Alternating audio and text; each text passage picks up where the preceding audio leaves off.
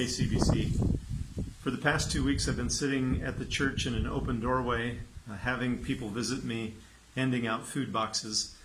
It's a very familiar scene looking out from the balcony, a lot quieter these days. But I wanted to describe to you what I usually see from the church balcony. Gazing out, a ballet of chaos fills my lower vision.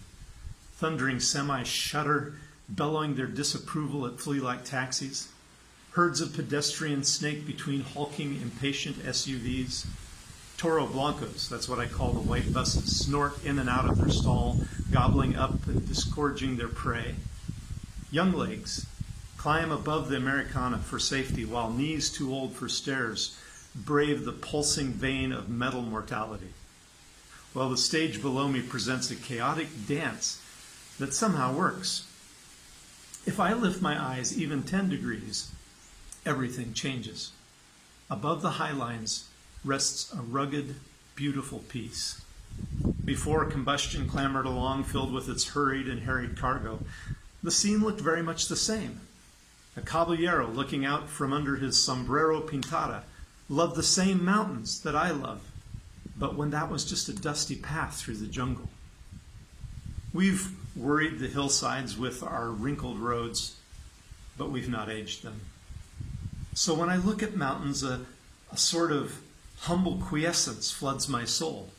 When I take time to lift my eyes, mountains have always done that for me. They tell me the truth about myself and God, that I am passing and that God is not. The setting sun runs a rugged shadow down over El Valle, reminding me that I have quickly passed half a century.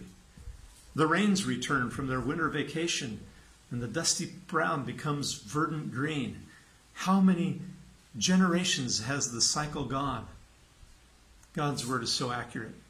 It says, "My days are a lengthened shadow, and I will wither away like grass." Psalm 102:11. That psalm is filled with examples of human brevity, and it reminds me that our world is also passing. The hills seem eternal, but they are not. The psalm continues, "In the beginning you laid the foundations of the earth. The heavens are the work of your hands. They will perish, you remain. They will all wear out like a garment. Like clothing, you will change them, and they will be discarded. But you remain the same, and your years will never end." Psalm 102:25-27. So lifting my eyes above the highlines reminds me of the timeless, changeless Creator, a God who predated me and will outlast all my earthly troubles.